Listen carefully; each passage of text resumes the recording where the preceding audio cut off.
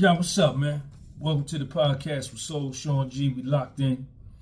Make sure you subscribe to the channel, share this video. If you have been discussing the Puffy case with people in your family, at work, co-workers, friends, whoever, and y'all been going back and forth arguing about the case, send them this video and send them. I've done over 100. I think I've done about 106 videos on the Puffy trial. I've been covering the Puffy trial since the jury selection, and I missed about 4 or 5 days, but I was an in-courtroom observer. I was on the 24th floor in the overflow, saw the whole thing, heard the whole thing, and know all about the case.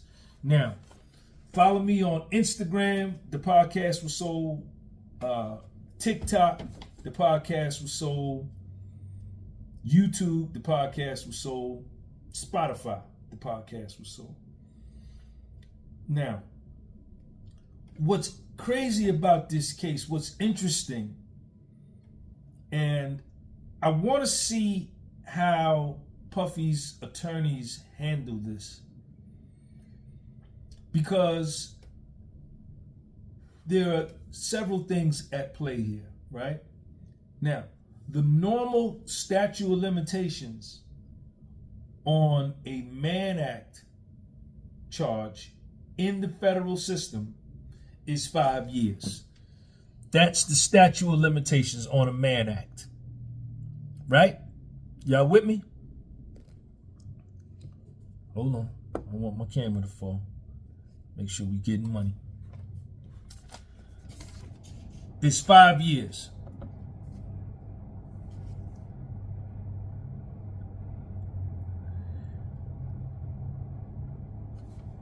And let me show it to you so that you know.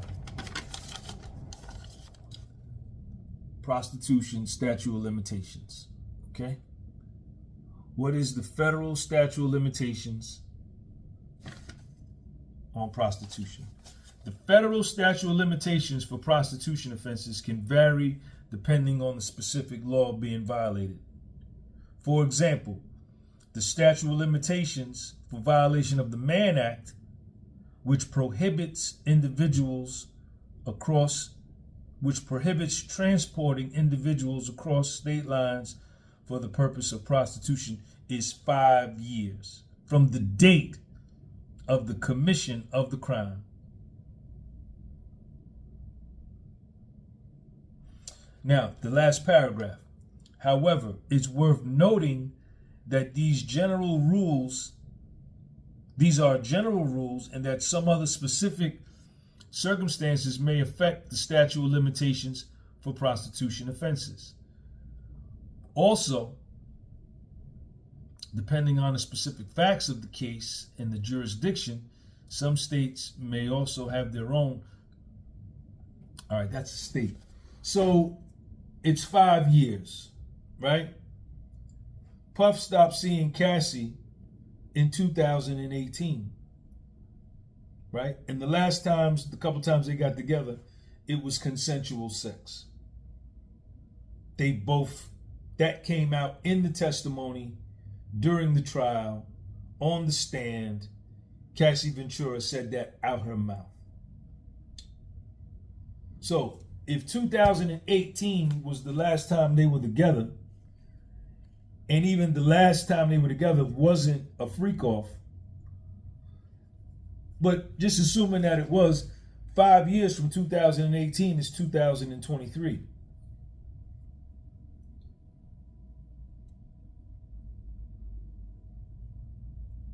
Was Puffy charged within the 5-year window from the last time that he saw Cassie or the last time they had a freak off?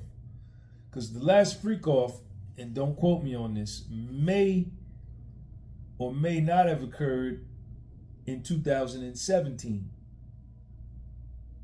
right? Because 2018, she starts dealing with the personal trainer, and they get serious, and she just happens to meet up with Puff. Her and Puff text each other.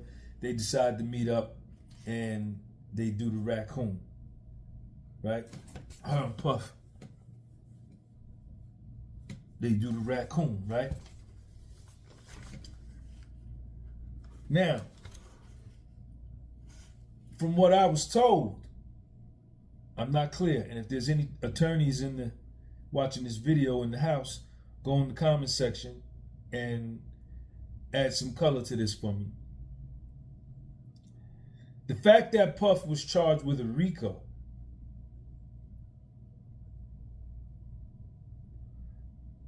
racketeering conspiracy, that charge in and of itself allows you to double the statute of limitations, thereby extending the 5-year statute of limitations to 10.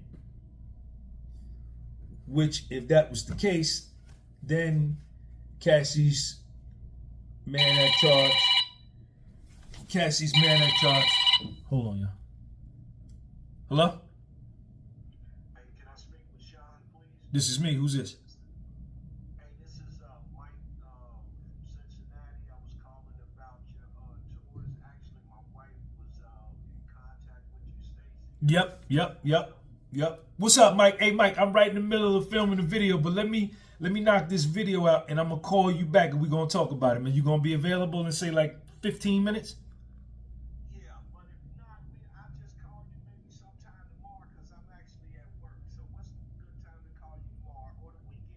All right, well, hold on. I got you on the phone now. All right, y'all, Sean G, we back, man.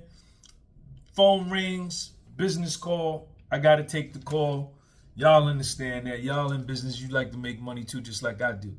So what I was saying was that the Rico, from what I understand, and I need some attorneys in here to correct me if I'm wrong, extended the time frame from 5 years to 10 years because it was a Rico, right? Now, Puffy gets acquitted of the racketeering conspiracy. He gets acquitted of the Rico by a jury of his peers, 12 New Yorkers. Puffy gets acquitted by a jury of his peers, 12 New Yorkers, for sex trafficking, right? Which were the two most serious crimes. But the Rico one is the one that we want to deal with, right? That was the one that allowed the extension of the statute of limitations for the Mann Act. He got acquitted. My question to the attorneys are, does that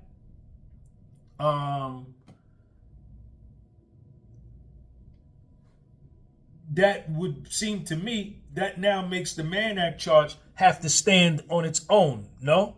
Right? It has to stand on its own square, 5-year statute of limitations, because its big brother that allowed it to do more got taken out. So now you're back to standing on your own. Does Cassie's Mann Act charge even come into play? Right? Does it even come into play? Number one, as a result of the statute of limitations. Right? So that's my question. So I did a little research on that, and I went online and I pulled down some stuff. I asked the question, like, what happens when a defendant who was charged with Rico and several other charges and some predicate offenses, what happens to the statute of limitations and these other charges when the defendant gets acquitted of the Rico? Here's what we got. When a defendant is acquitted of a Rico charge and the Mann Act charge is beyond the statute of limitations, the following would generally apply. Number one, Rico acquittal. An acquittal on Rico charges means the prosecution failed to prove beyond a reasonable doubt that the defendant engaged in a pattern of racketeering activity connected to an enterprise. Number two, Mann Act and statute of limitations.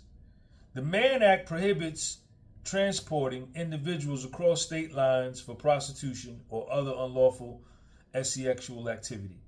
The federal statute of limitations for the Mann Act is generally 5 years from the date the crime was committed. If this time limit has passed, the prosecution cannot bring charges for that offense. This is the most important one, paragraph 3. The impact of the Rico acquittal and expired statute of limitations. In the scenario you described, because the defendant was acquitted of Rico and the Mann Act charge is outside the statute of limitations, the defendant cannot be prosecuted for the Mann Act offense in connection with the Rico case. However, it's crucial to remember that legal issues are highly fact-specific. Consulting with a legal professional is essential to get accurate and personalized advice based on the specifics of any situation.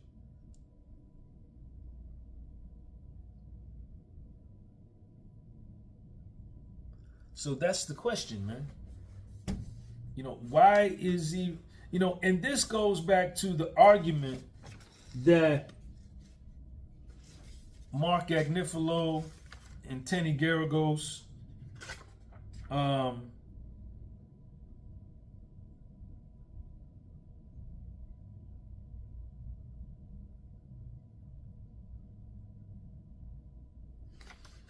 the exceptional reasons pointed out by Alexander Shapiro and Mark Agnifilo and Tenny Garagos, man. Here is a letter from Mark Agnifilo and Tenny Garagos.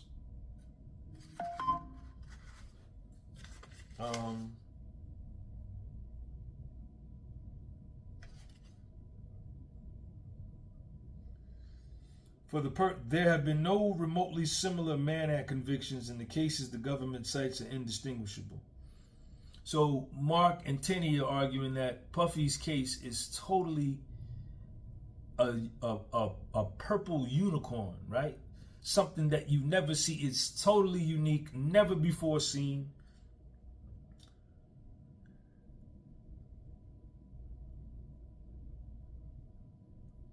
For the purposes of this application, we assume that the Mann Act requires detention post-verdict, subject to exceptional circumstances.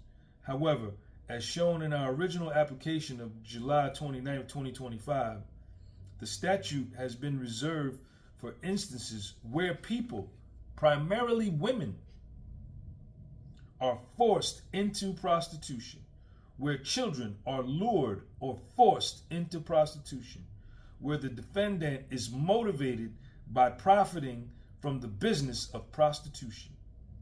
It has quite literally never been applied to the facts here, where a male defendant and his longtime companion girlfriends agree to bring other males into their adult consensual relationship. The government is unable to and does not attempt to dispute this point, which alone amounts to an exceptional reason for release.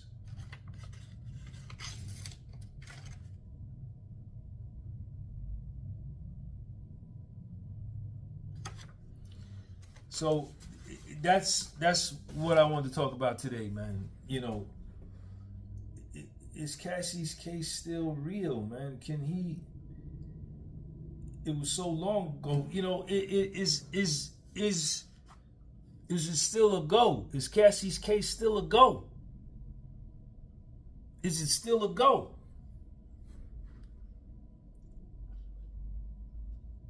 I don't know. Sean G. Peace.